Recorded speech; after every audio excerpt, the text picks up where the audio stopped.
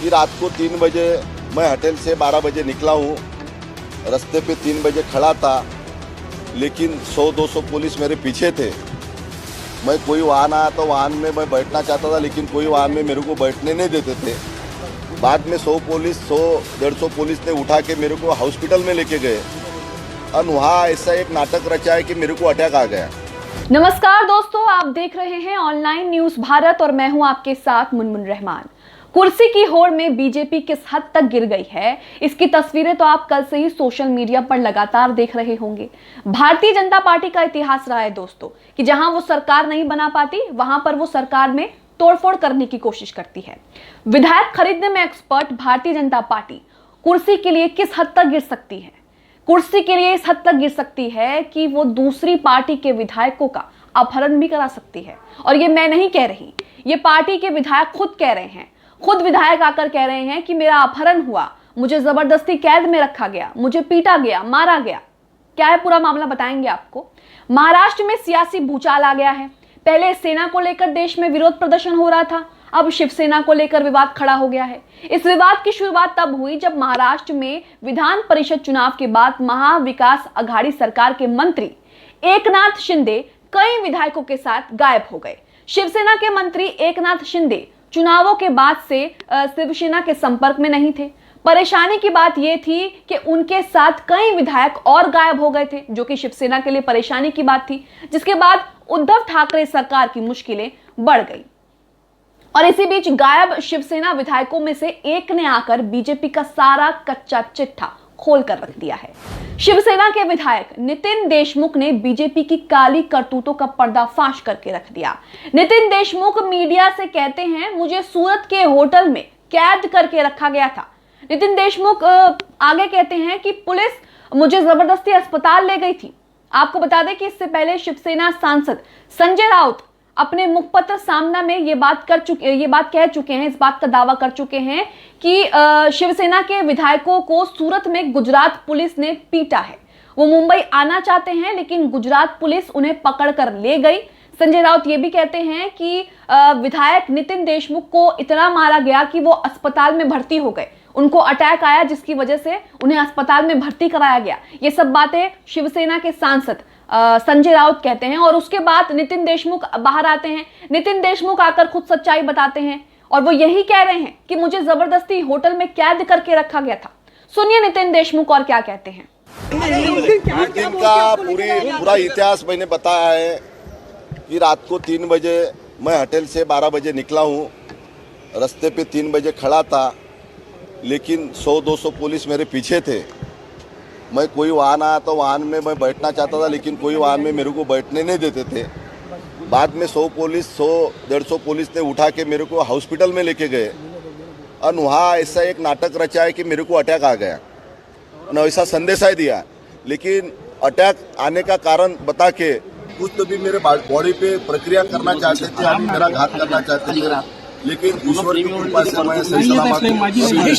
मेरे को कोई प्रकार का अटैक आया नहीं, कोई प्रकार की मेरी बीपी शुद्ध नहीं। आप एकनाथ शिंदे जी के साथ हो कि आप उद्धव ठाकरे के साथ हो? सर, आप किसके साथ हो? अरे मैं उद्धव जी ठाकरे साहब के साथ हूँ। हमारे एकनाथ शिंदे मुख्यमंत्री बोलना झालं काय? मुख्यमंत्री पदाशी बोलना था। काय झालं बोलणं?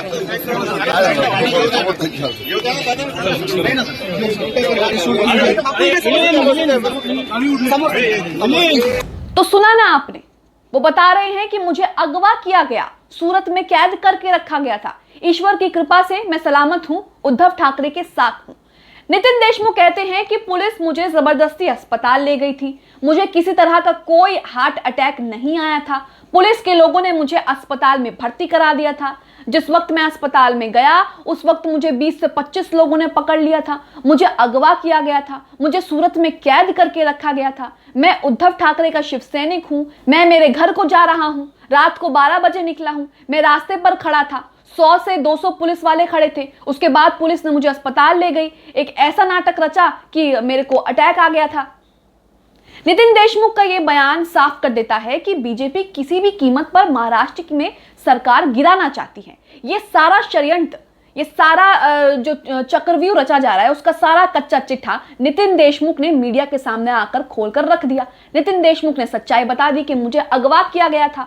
मुझे तो कैद में रखा गया था, मेरे साथ मारपीट की गई। आपको बता दें कि इससे पहले मंगलवार को नितिन देशमुख की पत्नी ने गुमशुदगी की शिकायत दर्ज कराई थी पुलिस में। महाराष्ट्र के अकोला जिले के बालापुर से शिवसेना विधायक देशमुख की पत्नी प्रांजलि देशमुख ने जिले के सिविल लाइंस में पुलिस थाने में अपनी शिकायत दर्ज कराई थी। विधायक की पत्नी ने अपनी शिकायत में कहा था कि सोमवार की रात से ही उनके पति के साथ किसी तरह का संपर्क नहीं हो पा रहा है। और दूसरी तरफ एकनाथ शिंदे उद्धव ठाकरे सरकार की मुश्किलें लगातार बढ़ाते हुए दिख रहे हैं। एकनाथ शिंदे दावा करते हैं कि मेरे पास 46 एमएलए का समर्थन है, और जिसके बाद ये अटकलें लगाए जाते हैं। ये कहा जा रहा है कि एकनाथ शिंदे महाराष्ट्र के सीएम बन सकते हैं, अगले सीएम बन सकते हैं, क्योंकि उनके पास जो विधायक है उनका भारी बहुमत उनके पास है। एनबीटी की ये खबर देखिए, खबर में लिखा है, शिवसेना के बागी मंत्री एकनाथ शिंदे अपने तमाम समर्थक विधायकों के साथ सूरत छोड़कर असम के गुवाहाटी पहुंच चुके हैं।